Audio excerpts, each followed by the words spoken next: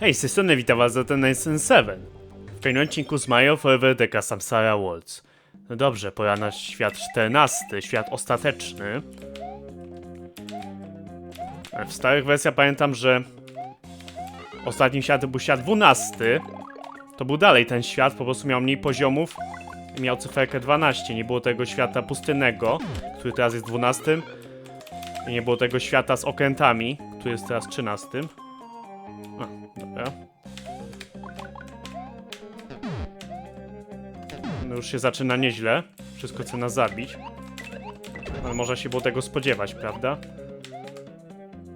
Dobra, przejdźmy dopóki to znowu nie strzela.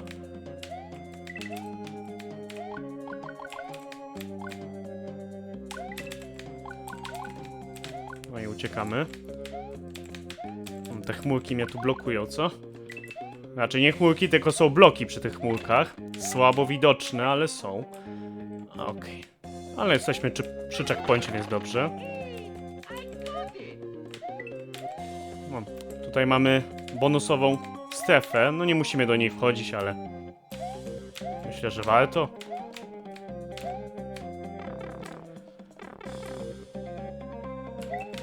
O, no mamy power upa, więc czemu nie? No jak widać wracamy tutaj.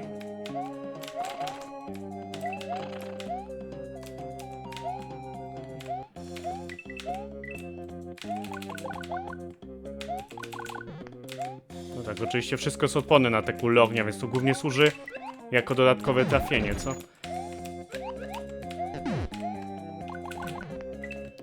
Na szczęście jak ten czerwony Bill wyszczeli, to długo zajmuje zanim znowu wyszczeli, więc mamy trochę czasu. No. Tyle jeśli chodzi o pierwszy poziom. Zaczyna się niewinnie, aczkolwiek będzie trochę tych poziomów i będzie coraz trudniej. Więc się nie nastawiamy na łatwą przeprawę, co? Poziom drugi. Niebezpieczeństwo. Zwróć uwagę na aktywną lawę. Tutaj taka muzyka, w sensie jest w porządku, ale brzmi raczej jak jakaś pustynna muzyka, bym powiedział.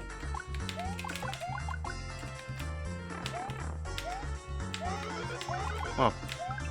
One up i Hammers się dziękuję.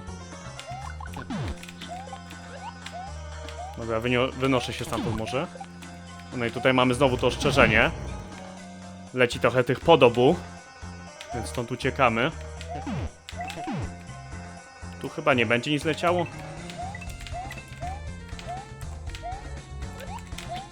Tak jak mówię, no muzyka mi się podoba, tylko po prostu brzmi mi bardziej na jakąś arabską, na jakiejś pustyni.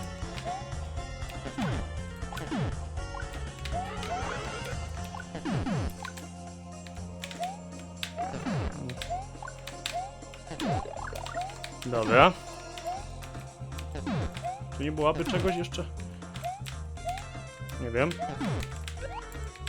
W każdym razie uwaga na lawę. Okej. Już czuję jak mnie dupa piecze, ale się udało. Mamy checkpoint. I Beetruta. Gdzieś był, pamiętam, czerwony Louis, który nas przyspieszał. Ale nie wiem, czy go chcę. Ponieważ nie jestem przyzwyczajony do sterowania z nim. Kolejny one-up. Bierzemy, co się da. Przydać jak najwięcej. No i tutaj jest taki problem, bo mamy jednocześnie roślinkę, która strzela, ale jednocześnie jak chcemy przejść, to tamta roślinka nam przeszkadza, więc musimy wybrać dobry moment. Mógłbym pokonać tego Brosa, mógłbym, fajnie. A, prawie zabity przez to Louis właśnie, czerwone.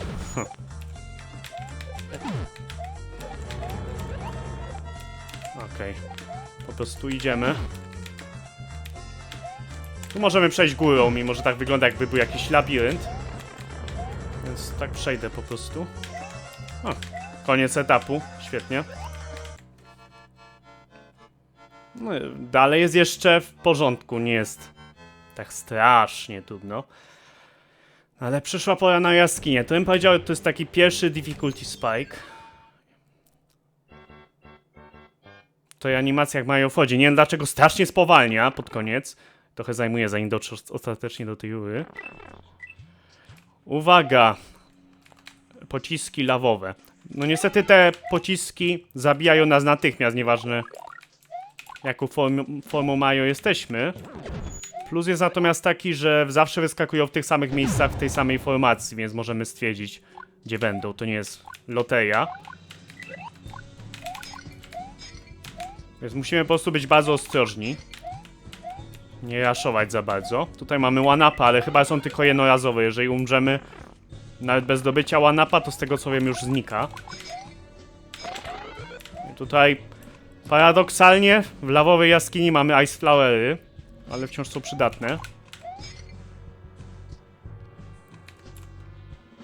Poczekajmy, bo ten no niestety blok lodu mnie będzie blokował. Dlatego nie chcę go w tym momencie brać.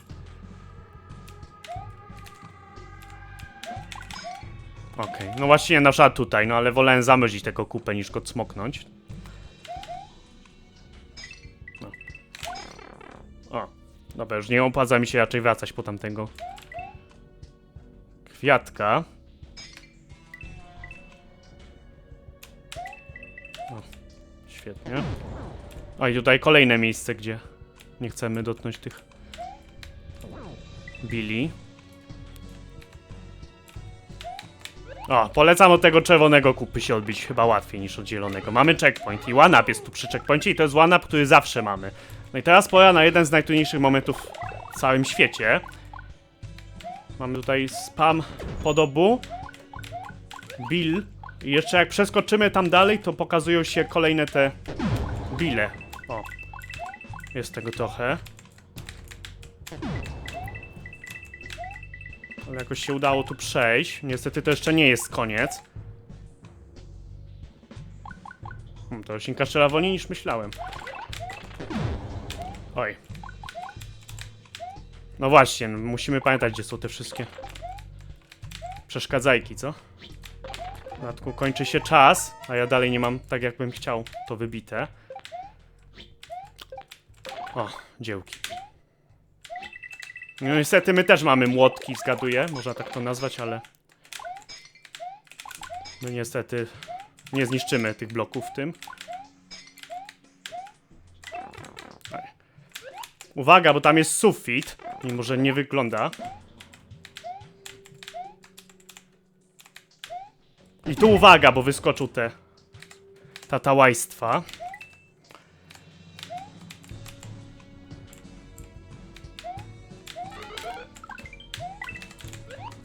Udało się.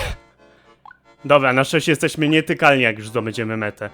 No czasu też nie mam jak widać sporo, aczkolwiek w paru miejscach, no nie powiem, w paru miejscach się zatrzymałem na dłużej, ale wciąż musimy być dość szybcy.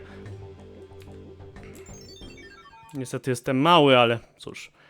Mamy wieżę, gdzie mamy coś, co jest rzadko raczej używane w Mario Forever, czyli zgniatające bloczki. I no, mogą nas zgnieść normalnie, niestety nie działają one zawsze tak jak powinny i mogą nas zgnieść nawet jak nie powinny.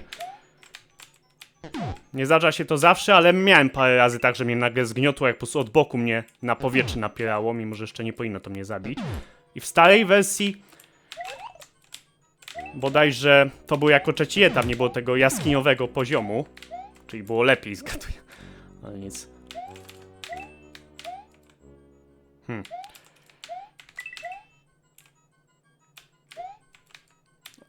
Aj, kurde. Zapomniałem, że przecież będę wolniej chodził, no bo mnie rotodisk powstrzymuje.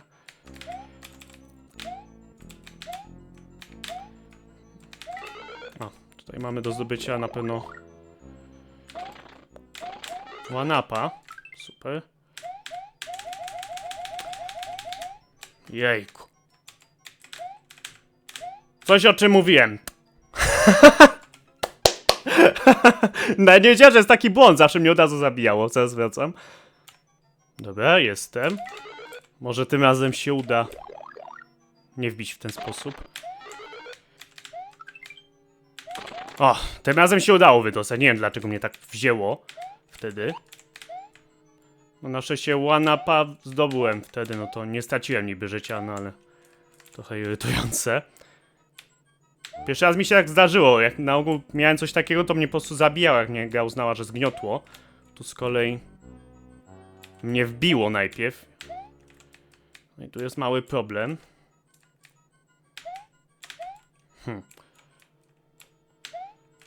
Być może lepiej byłoby przeskoczyć, tylko nie jest to łatwe właśnie. Ale dobra, tutaj się fajnie teraz ustawiło. O! Najważniejsze zdobyć checkpoint.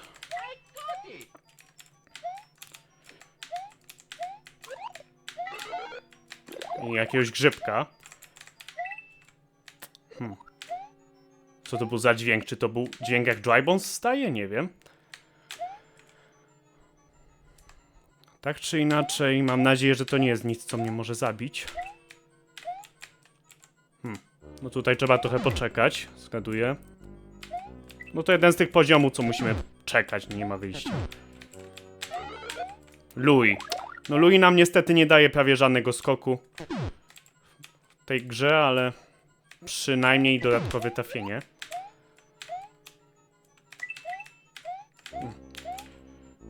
Dobra. Musimy też patrzeć, czy na przykład nie skoczymy tak, że nas coś nie zgniecie. O, tutaj na spokojnie. Te platformy wyglądają, jakby miały spadać, ale na szczęście tego nie robią, także spokojnie. Możemy za to na nie wejść od dołu.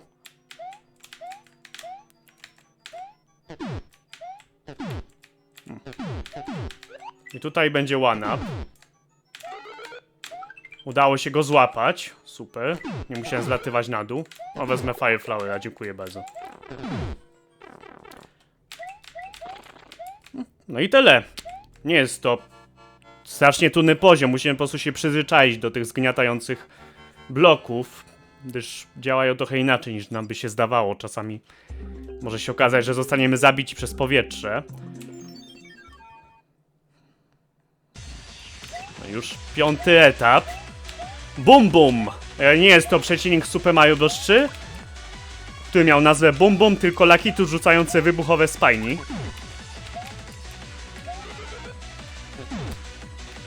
No na szczęście te spajni nas nie ranią, jak je dotkniemy.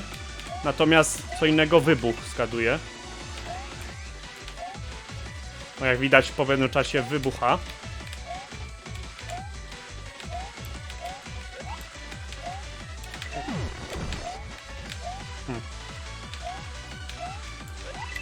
No i tutaj na przykład musimy użyć właśnie tych spajnik, żeby przejść.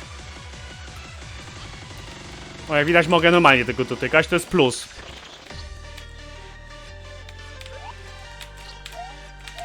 O, może pokonajmy na chwilę tego przeciwnika.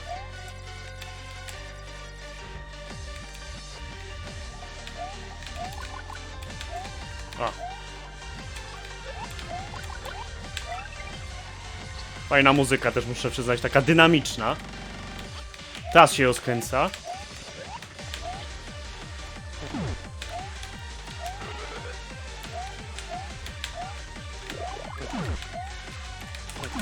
Tu możemy po prostu przebiec dołem. Polecam nie iść tam na górę. Dość ryzykowne miejsce. I mamy checkpoint. To jest jeden z tych checkpointów, co możemy nawet nie wiedzieć o jego istnieniu i po prostu przejść poziom. Gdyż nie jest on tak po prostu na naszej drodze, jak każdy inny checkpoint. No i niestety z tego co pamiętam, te bossy są odporne niestety na nasze ataki, więc będziemy musieli inaczej sobie poradzić.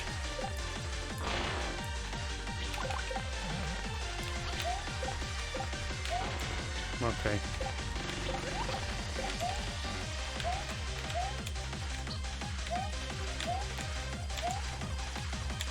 Dobra. Ała. No i tutaj mamy rurę do checkpointa. No nie jest to zbyt oczywiste, szczerze mówiąc. Jak pierwszy raz testowałem ten świat, to nie wiedziałem, że to tutaj mam wejść. Nie grałem bez tego.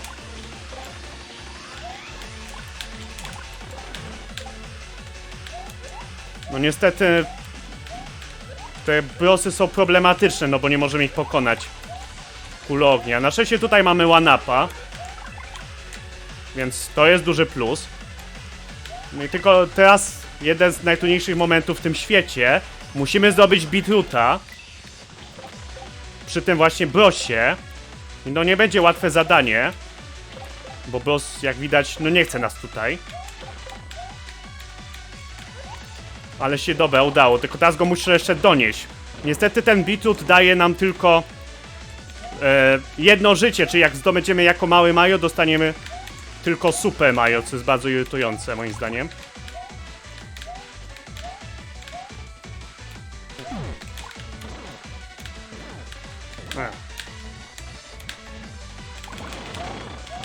Ale jakoś się udało.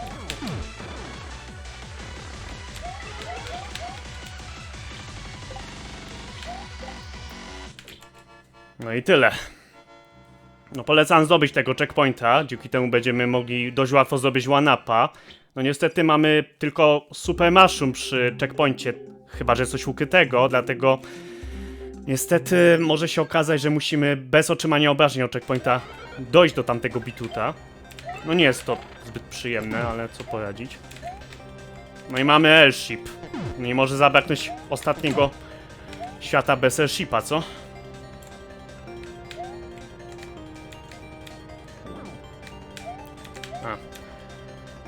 Chyba też tego poziomu nie było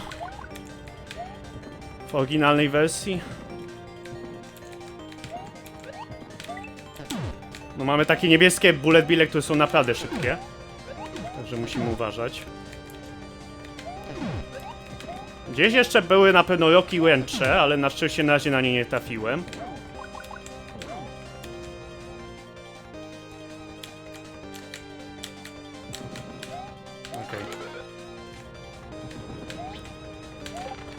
O ty. A! Czyli nie tylko na Fireflowera jesteś odporny. Dobra, zanotowano. Tam chyba dałoby się jakoś przejść górą, ale nie wiem. Nigdy nie próbowałem, bo dość ryzykowne by to było. Ała. No liczę na to, że zdążę przed kanonem. Jeszcze Rocky Wrench mnie trafił, ale nieważne. Mamy checkpoint i mamy one-upa, zarówno na początku etapu, jak i przy checkpoincie.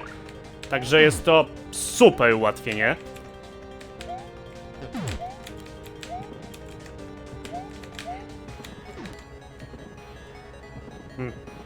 O, nie spadło mi na głowę. Jej.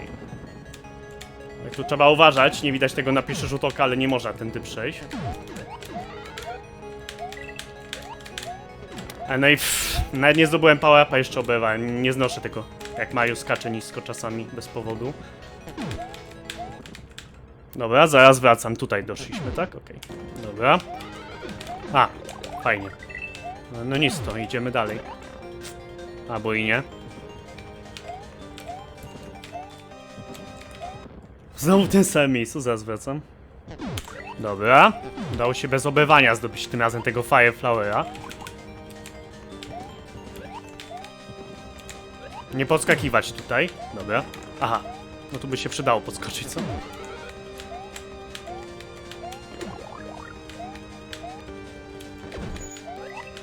Dobra. O, już myślałem, że jestem zablokowany, a to po prostu nie przeszedłem przez szpary, okej.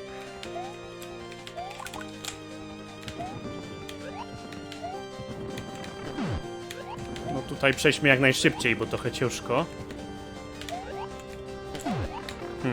Najgorsze są zdecydowanie niebieskie bullet bille, bo jak nie wiesz, gdzie dokładnie są... Aha. To jesteś martwy praktycznie, bo od razu dostajesz w łeb.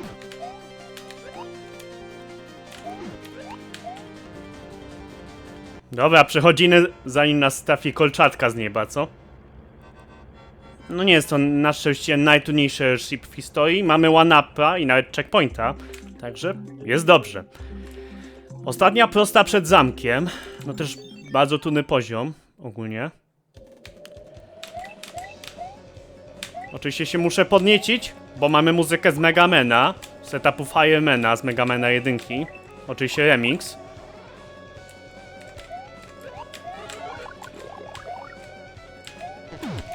No i generalnie no nie jest to łatwy poziom, natomiast wydaje mi się, że będzie dużo lepiej, jak już dojdziemy do checkpointa.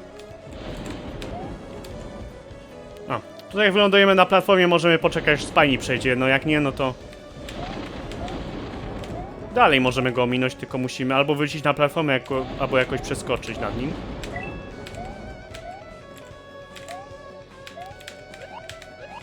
O, na szczęście ten boss raczej nas nie zabije, ani nie zrani, bo długo się zastanawia. Jak skoczymy z tych kup, powinno być w porządku. Jak pamiętam, 9 na 10 przypadków on nie wyciągał broni, ja dopiero nią rzucał, jak tylko skoczyłem na niego. Tutaj jest taki irytujący moment. Ale się udało. No generalnie bardzo nie lubię tego Fireblock, który tam jest. Ała. Trudno. Tu uwaga, bo platforma spadnie. Z czego nie lubię, Mario się ześlizguje sam. Dobra, udało się tu wdrapać. Tu mamy one-upa. No i mamy taką sekcję, gdzie ten most zacznie wybuchać po kolei, jak tylko wejdziemy. I musimy być dość szybcy.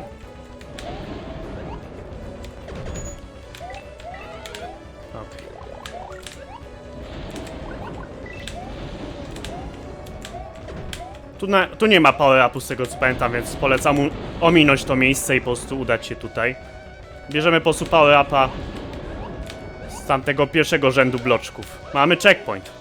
No i mamy też one-upa i to żadnego ukrytego. Po prostu jest tutaj przy checkpoincie. Także rozpieszczacie mnie, nie powiem nie. Teraz tylko dojść do zamku. Oczywiście nie jest teraz w tym momencie łatwo, ale przynajmniej mamy one-upa i checkpointa. Także nie mogę powiedzieć, że jest tragedia. Wciąż jednak uważamy. Tutaj polecam od razu się nie rzucać na platformę, bo jak jest taka roślinka, która strzela kulami ognia tam gdzie stoimy, z jakiegoś powodu, jeżeli tak stoimy, to się nie aktywuje, tylko na nas patrzy, nie wiem czemu. Tylko jest niestety mały problem, że nie mogę przejść, bo w tym momencie to na mnie patrzy, dobra. Okej, udało się.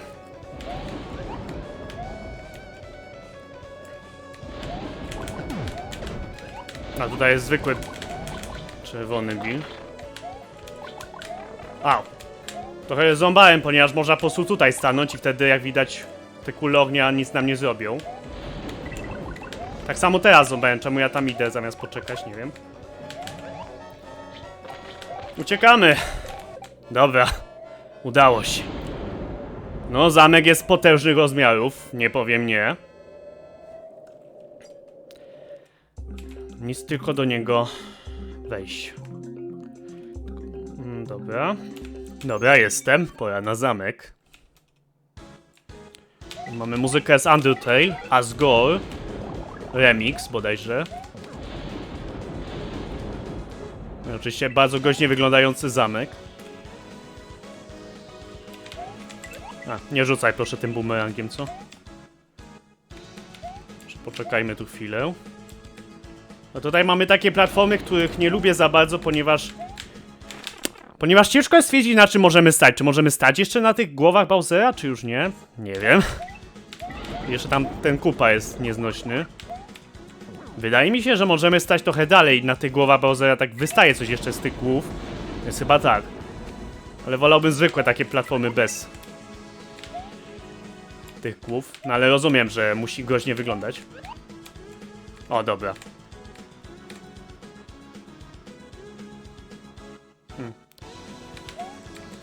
Dobra. Tutaj będzie bodajże one-up. No nie jest on łatwy do zdobycia, bo musi trochę przejść. A, dobra, jednak go nie ma. Okazuje się, że tak jak w etapie trzecim, jeżeli umarliśmy, to już tutaj one-upa nie będzie. Na szczęście mamy sporo żyć.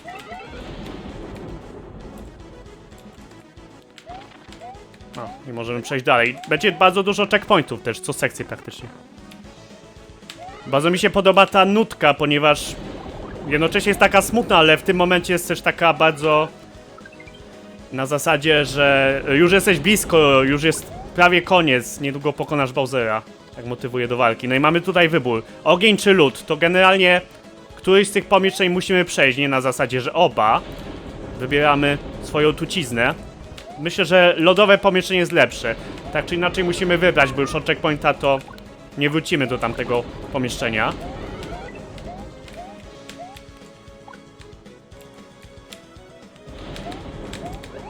Także ja bym polecał wybrać lodowe pomieszczenie. Wydaje mi się nieco łatwiejsze. No, nie jest ono na zasadzie darmowe, ale też nie na zasadzie nie do przejścia.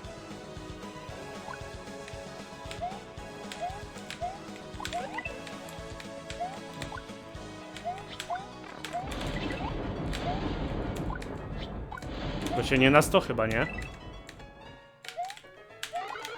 A! No tak, ale oczywiście idealnie tutaj musiał dosięgnąć, zwracam. Dobra. Tym razem mam net zachowany grzybek.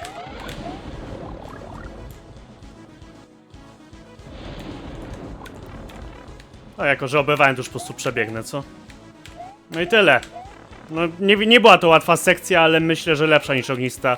Przy ognistej pamiętam, lecisz na takiej platformie i musisz przeskakiwać między kolcami. Nie zabijać tego brossa, dopóki nie otworzy nam drogi.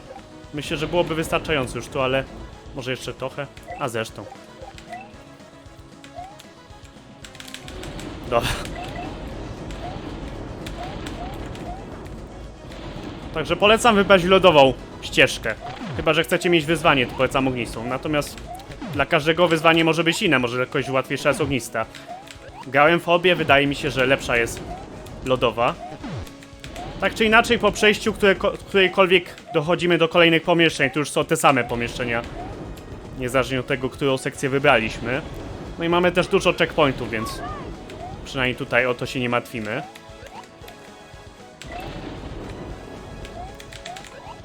No i tutaj ciekawe roślinki, które jak widać strzelają takimi niebieskimi kulami, które przy trafieniu w coś zmieniają się w zwykłe czerwone kule ognia.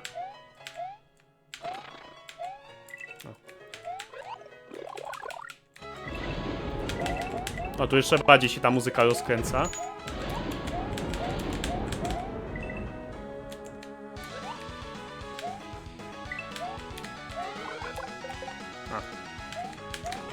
Ajajaj. No niestety Hammersuit na nic mi się tu zda. A z drugiej strony pokonałem roślinkę.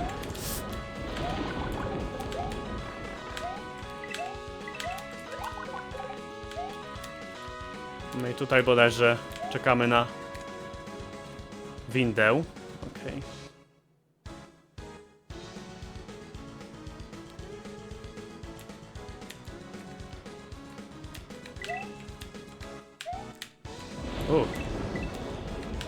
Tu już nie ma żadnej roślinki, dobra.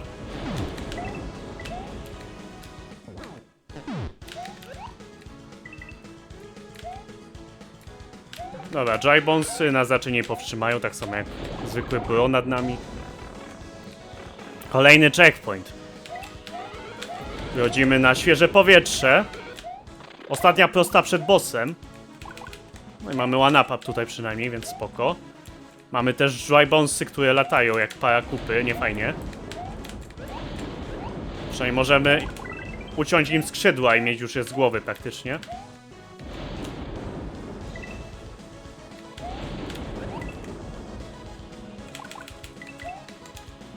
Nic tu nie wychodzi, dobra. A.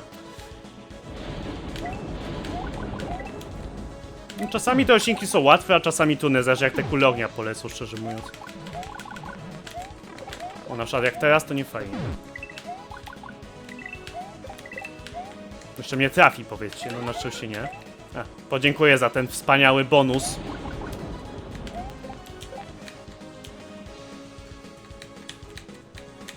Okej.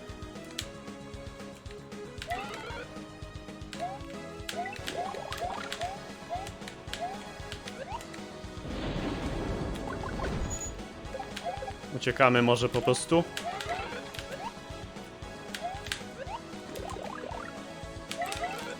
Kolejny one-up.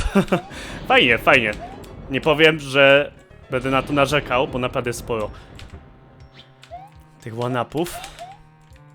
No i w tym momencie mamy checkpoint i groźna muzyka. Wiemy, że to nie są żarty. Możemy sobie wybrać, który chcemy power up. Wydaje mi się, że na pierwszą walkę z Bowserem po prostu Fire Flower. Lecimy w takim razie. Czasu mamy sporo i już na szczęście mamy one-up i checkpoint. A więc nareszcie tutaj przybyłeś! Słyszałeś o tym, że kiedy bohater przychodzi w miejsce, gdzie panuje ciemność, nie przeżyją tego? Spójrz na siebie, zwykły hydraulik. Pomyślałbyś, że normalna praca, ale w mojej opinii to gówniana i brudna robota. Czemu chcesz mnie powstrzymać przed tym, co robię? Nie mam pojęcia. Być może dla twojego królestwa, albo żeby uciec z tego głupiego świata. Interesujące. Ale dzisiaj twoja szczęśliwa bogini może ci nie pomóc, kiedy przegrasz. Twoi przyjaciele też cię nie wesprą. Ponieważ odkąd postawiłeś krok na tej ziemi, nie możesz już się odwrócić. Teraz pora to zakończyć! Chciałbym ci pokazać. W starej wersji mieliśmy inny dialog. Czym jest prawdziwa ciemność? Mieliśmy inny dialog i... bodajże był voice acting z tego, co słyszałem. Trochę fajnie brzmiał, muszę przyznać. No i mamy pierwszą walkę z Bowserem. No, cutscenka jest długa, ale na szczęście, jeżeli przegramy walkę, to już nie musimy znowu tej cutscenki oglądać. No, jak widać, mamy też kilka power-upów do zdobycia. Pokazują nam, ile tych power-upów będzie. Minus jest taki, że w momencie, gdy oberwiemy i staniemy się mały Mario i mamy zdobyć ten power-up, to przez chwilę on dopiero leci, nie leci od razu na nas. Więc może się okazać, że akurat umrzemy, bo zanim go złapiemy, Bowser nas dobije. O, dobra, tutaj na szczęście chyba chwilę będzie myślał nad sensem życia, tak.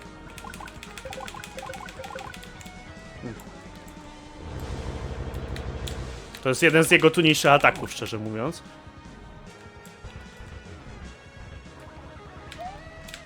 Ma też długie iframesy, na to musimy uważać. No generalnie, jeżeli na niego skoczymy, wystarczą 2 skoki, ale...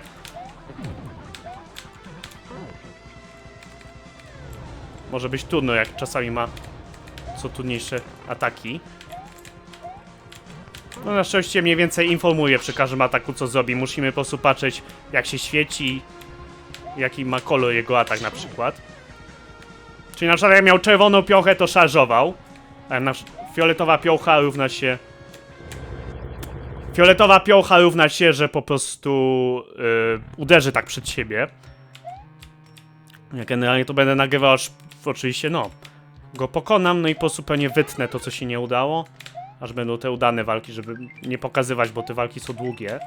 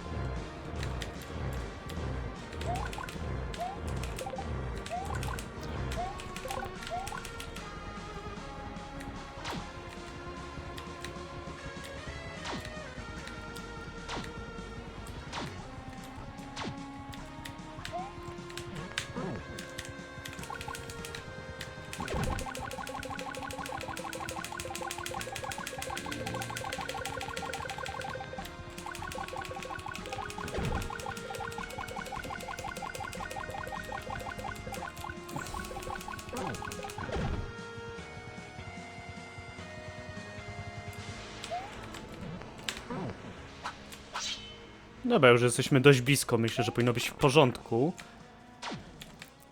No jak widać ma on trochę tych ataków, na szczęście zawsze jesteśmy w stanie jakoś się obronić. Tylko musimy obserwować, co Bowser robi. Oj, teraz to ząbałem, bo przecież wiem, co on robi przy tym. Nie wiem, czy tak patrzę na niego.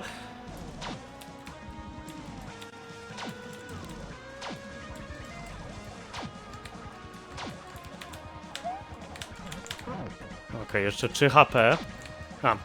Jedyne co nie jestem w stanie ustalić, tak on skacze do góry i świeci się na fioletowo, kiedy strzela też tymi żółtymi kulkami, a kiedy spamuje tak tymi fioletowymi kulkami w powietrzu. Ten drugi atak jest dużo gorszy.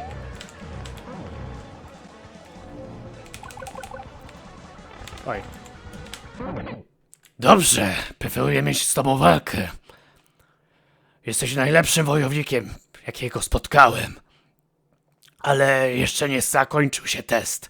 Czyż tego nie wiesz? Ciekawe, gdzie mam iść. Dobra, w takim razie mamy ostateczną walkę z Bowserem. No generalnie to było trochę nieudanych prób, które wyciąłem, ponieważ ta walka jest masakrycznie długa i nie chciałbym was zanudzać. Także będzie po prostu ta udana już próba, gdzie tego Bowsera pokonuję. Mam nadzieję, że w porządku taki układ. Generalnie jak już tutaj dojdziemy, to jak wrócimy do hubu, możemy od razu mieć tą walkę. Otwiera się taka rura, która prowadzi do tej walki, więc nie musimy przechodzić całego świata, jeżeli na przykład zabrakło nam czasu na tą walkę. A jest ona długa. Bowser ma 3 warstwy życia. I musimy mu zbić wszystkie 3 warstwy. I co każdą zbitą warstwę dostaje nowe ataki i ulepsza niektóre, które już ma.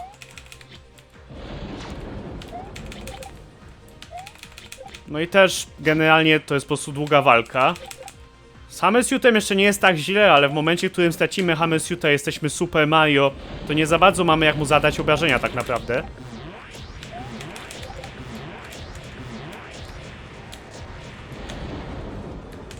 Co jest lekkim problemem, bym powiedział.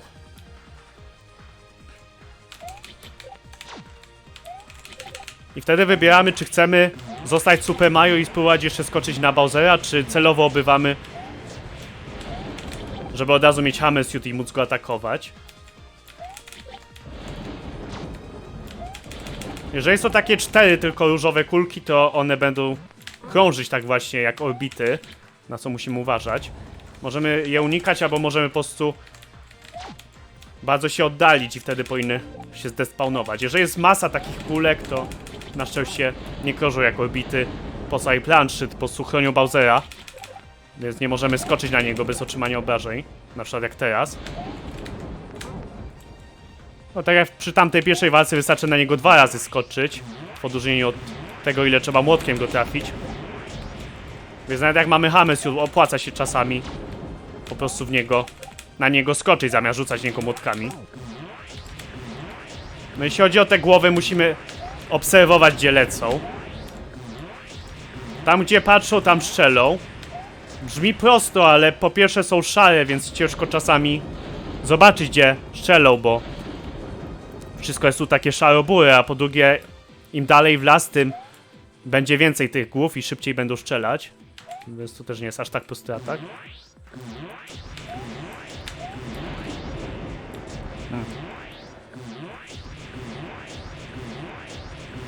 Fajnie by było, jakbyś Bowser, no, zaszarżował.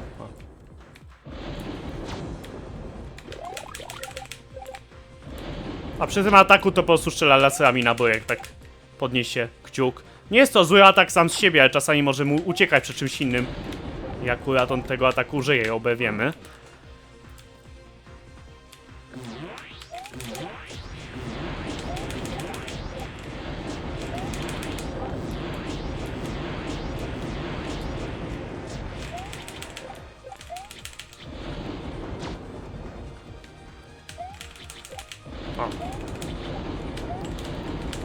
No i pierwsza faza za nami, tylko że teraz się komplikuje wszystko.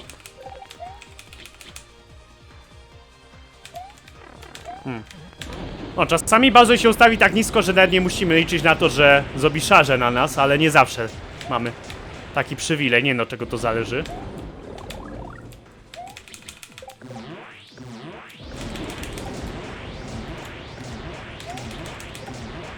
No jak widać, teraz jest więcej tych głów i szybciej strzelają. A to jeszcze nie jest ostatecznie, co ma Bowser do powiedzenia.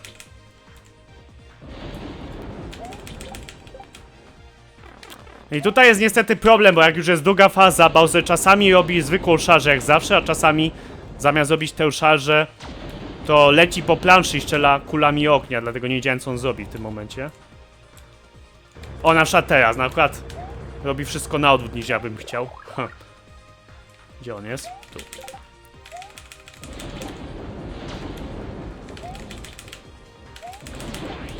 Spektakularne pudło zrobiłem.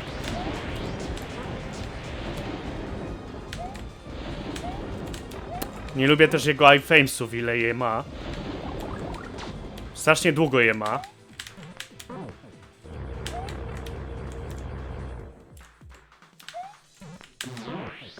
No jak się tak ustawi, to jest super dla nas. Czasami niestety nie ustawi się tak nisko i będzie wysoko latał. Nie no, czego to zależy. Ale musimy się liczyć z tym, że może się okazać, że nie dosięgniemy go w ten sposób przez całą walkę.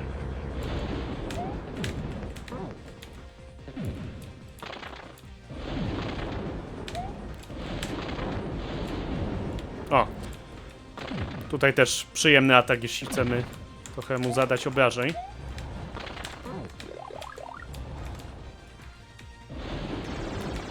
O, no i ostatnia jego forma. Ma taki nieprzyjemny atak z laserem. I ma też jeszcze atak, gdzie posyła swojego klona, który walczy tak jak zwykły Bowser z Mario Forever i ma 2 HP. No jak widać teraz... Masa jest tych głów. I strzelają super szybko.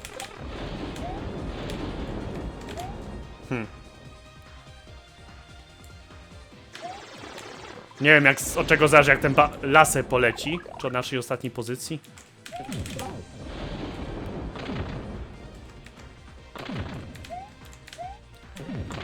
Oj, nie spodziewałem się, że to mi tak zleci na głowę. Okej.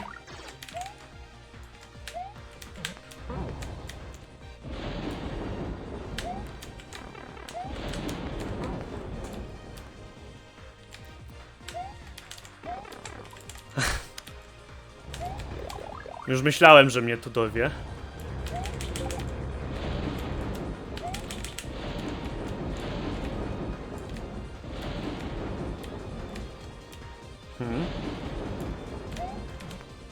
O, udało się na niego skoczyć. O, teraz na przykład się znalazł wyżej, jak widać. Przez co jest gorzej do niego doskoczyć. Chyba zależy od tego ataku, gdzie on lata po planszy i strzela kulami. Dobra, już obewimy i... O, już myślałem, że mnie to dorwie. Super.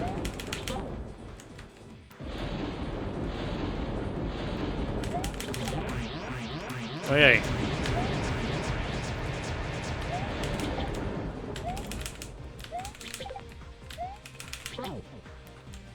No i zostało mu 1 HP.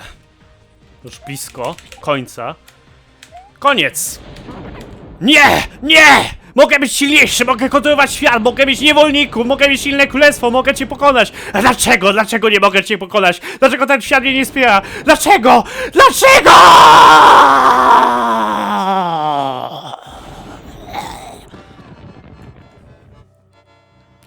No nieźle rapował, strasznie szybko mówił pod koniec. Ale się udało! Bowser pokonany. Nie wiem, za co nam teraz nalicza punkty, bo jest niby nieskończoność czasu.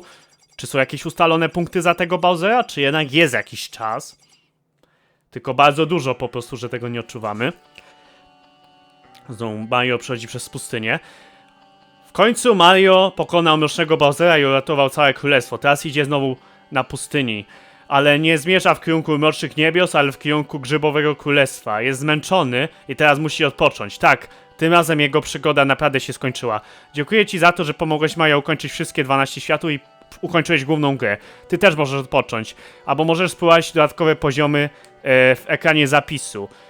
No i tutaj gra stworzona przez Lazy Rabbit, światy główne, robota wykonana i będą ekstra poziomy w grze w przyszłości. Dziękuję ci za granie w grę. Twoje wsparcie jest dla mnie mocą. Tak czy inaczej, Gra w końcu została ukończona. Wkrótce pokażemy kredyty.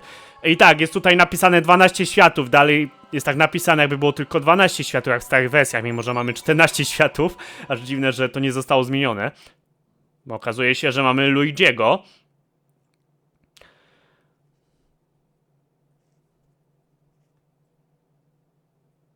I startujemy. Tak cichy ten start trochę.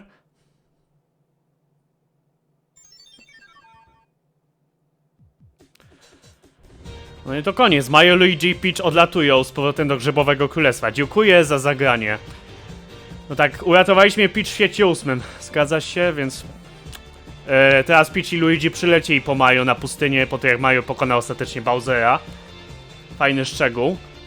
Jeszcze tam widzę jakiś niebieski grzybek jest. Nie wiem, czy to ma być Toad, czy co. Tak czy inaczej. To było właśnie Mario Forever Deca Samsara Worlds. No muszę przyznać, bardzo ciekawy fangame, bardzo przyjemny. Miał wiele gimmików. Nie mogę na niego narzekać. Poziom trudności myślę, że był idealnie wyważony. Były łatwiejsze światy, były trudniejsze światy, ale nigdy za przesadzone. No taki 8 czy 14 czy 13 to takie trudniejsze światy, ale do przejścia myślę. Ten ostateczny Bowser bardzo długi, ani słowa. Szczególnie, jeżeli umrzemy pod sam koniec tego Bowsera, co niestety mi się zdarzyło parę razy. Ale też jest do pokonania, no i tak jak mówiłem, nawet jeżeli nie uda nam się za pierwszym razem tego Bowsera przejść i musimy skończyć grę, możemy sobie w hubie do niego przejść, co za chwilę zresztą pokażę, jak skończymy kredyty. Tutaj widzę różne grafiki są. No świat 14 był trudny, szczerze mówiąc. Nie nazwałbym go światem 17 rzymskim. Świat 17 rzymski to jest swoja własna liga, ale wciąż dość trudny świat. Szczególnie w nowszych wersjach, bo w starszych wersjach było mniej tych etapów i Bowser kończył się na tym pierwszej walce z nim. Nie było tej ostatecznej walki jeszcze. Więc było tam łatwiej, bym powiedział.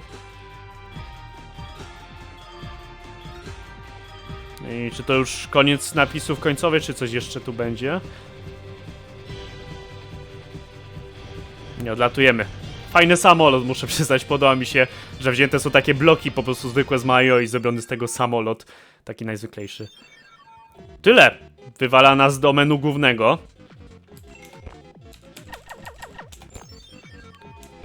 Oj. No tutaj śmieszne, bo jak wychodzimy z opcji, to przez chwilę pokazuje jeszcze stat, ale i tak wchodzi na opcję, jak byłem ich wcześniej. Oczywiście jeszcze nagram bonusowe etapy. Witamy, no też was witam. O, jak widać tutaj, jak już doszliśmy do tego Bowsera w ostatecznym świecie, to tutaj wcześniej były zwykłe bloczki, z kolei teraz jest fioletowa rura z ikonką Bowsera. Możemy przez nią przejść? I proszę bardzo, lądujemy znowu przy tym Bowserze. Bardzo przyjemne, bardzo fajne, muszę przyznać. Dzięki czemu nie musimy od nowa przechodzić całego świata, jeśli chcemy tylko zawalczyć z Bowserem. Tak czy inaczej, to tyle jeśli chodzi o główne Deca Samsara Worlds. Jeszcze przyjdzie pora na bonusowe poziomy i bonusowe światy. Mogę tam w sumie dojść, żeby tak już pokazać. Tu możemy kupić. Mogę pokazać w sumie te power-upy. Co tu? No jest tego trochę. To pewnie nam daje 3 życia, bo to jest księżyc Super Mario World, ale nie wiem, co daje nam ten grzybek. A kosztuje trochę. Wolałbym go nie brać na razie. Coming soon. W sumie na forum Mario Forever, jak jest temat do Deca Samsara, to jest niby, że jeszcze ma być jakaś wersja Reborn. To nie wiem, czy to ma być ta ostateczna wersja. Dobra, to jakby co, nie wiem, czy tajne przejścia szukać, ale ukończyć te takie etapy, to czemu nie? No nic. To byłoby na tyle w tym odcinku, pora na pakiet pozdrowień.